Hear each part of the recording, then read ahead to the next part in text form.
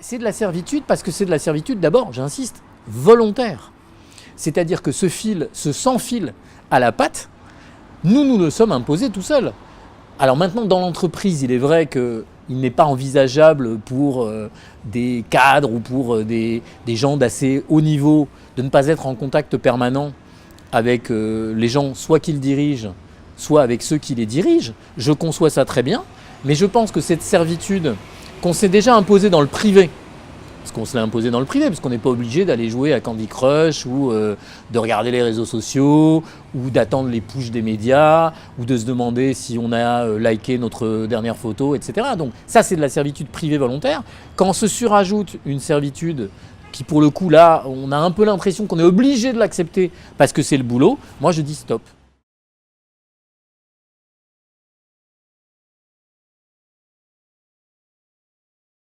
Alors, je sais bien que, effectivement, dans l'entreprise, on vous demande d'être en permanence, ou en tout cas dans les horaires légaux, joignables. Alors d'abord, la loi a changé récemment, il y a un truc tout bête qui s'appelle le droit à la déconnexion. J'attire l'attention de tous ceux qui nous regardent et nous écoutent sur le fait que ça existe. Bon, ça existe, et ça veut donc dire qu'il y a des moments, et c'est déjà pratiqué dans des très très grandes boîtes dans le monde entier, où non, on ne peut pas envoyer un mail, on ne peut pas envoyer un SMS, et il est même interdit de répondre. Si par malheur, un cadre ou un responsable avait l'idée de vous l'envoyer, vaut mieux pas répondre, il ne faut pas répondre. Alors vous allez me dire, mais ça c'est du cas pratique, c'est de la théorie, c'est pas de la pratique. Bon, moi je pense, en tout cas moi je fonctionne comme ça après les chemins par lesquels je suis passé. Par exemple, j'avais dressé mon précédent patron à France Info, Laurent Guimier, qui est maintenant numéro 2 de Radio France.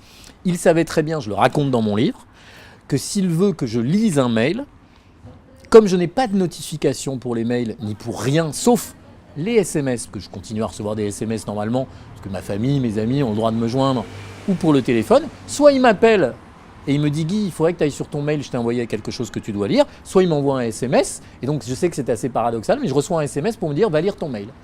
Puisque je choisis, n'ayant pas de notification, et c'est le vrai conseil que je donne à tous ceux qui peuvent le suivre, et je pense qu'on peut le suivre en vrai, c'est de ne pas avoir de notification et de décider du moment où je passe de la servitude volontaire à je décide du moment où je vais aller lire ce qui m'intéresse ou ce qui ne m'intéresse pas.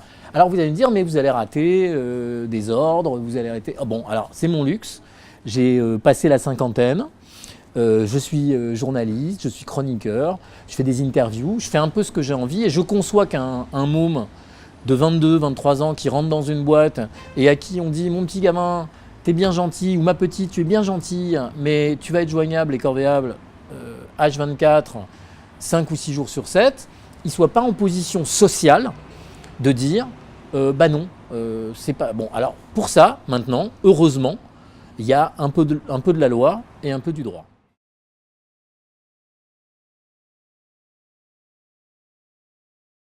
J'attire l'attention de tous ceux qui nous regardent sur la simplicité de ce que je préconise. D'abord, effectivement, retirer toutes les notifications, ça c'est le principe de base. Deuxième chose, il faut apprendre à, le plus possible dans une journée, se détacher de l'objet. C'est un doudou, c'est une prothèse. Il faut apprendre à dire, bon voilà, là pendant, 10 minutes. Et je plaisante à peine, parce que si on prend le nombre de fois où on touche son smartphone dans une journée, vous allez vous apercevoir que c'est 150 ou 200 fois pour les plus ma boule, si ce n'est plus. Bon, ma boule, je dis ça, je l'ai été, donc je sais de quoi je parle. Donc 10 minutes, un quart d'heure, 20 minutes, une demi-heure, et puis même à arriver, un truc de fou, à le poser dans une pièce et à partir sans, dehors, affronter la ville, les dangers de la ville, sans GPS, sans notification, sans... comment... Vous savez, moi, qui suis quelqu'un passé, j'ai réussi à aller manger au restaurant sans smartphone. J'ai réussi à me déplacer sans smartphone. Je suis universitaire, j'ai réussi à écrire une thèse sans Google. Vous vous rendez compte ? J'ai fait des trucs fous. Et j'ai même dragué sans appli de drague. Des trucs de dingue. Non, ce que je veux dire, pour être sérieux 2 minutes, même si le livre est souriant et pas uniquement rébarbatif, je ne fais pas la morale. Je dis juste, c'est pas très compliqué. Aménageons chacun notre vie de façon à être capable de dire là, je vais me passer du smartphone pendant X minutes, et puis quelques heures, et puis pourquoi pas une journée.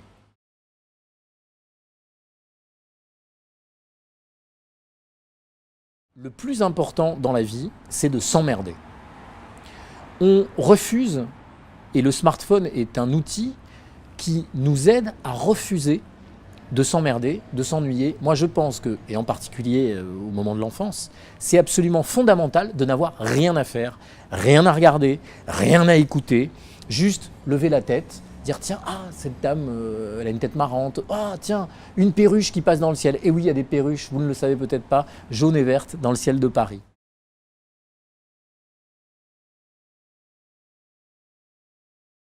Ah, moi, je pense qu'on est 10 fois plus performant, 10 fois plus productif, 10 fois plus intelligent, plus on aère son cerveau, plus on a fait le vide, plus on a pensé à rien, plus on s'est lavé la tête. Et se laver la tête, c'est se tenir à distance de tous les appareils électriques, électroniques. Je parle, ça va aussi bien pour la télé. Moi, je regarde très peu la télévision. Ah bon, j'écoute beaucoup la radio. Mais l'intérêt, c'est que la radio, on peut faire d'autres trucs en même temps. On n'a pas les yeux attirés. Moi, le problème, si vous voulez, que je vois dans le smartphone, c'est principalement le fait qu'on ait la tête baissée tout le temps en train de regarder quelque chose. Donc la productivité, à mon sens, ne peut que s'améliorer plus on s'éloigne de ces outils de servitude volontaire. Donc voilà, emmerdez-vous.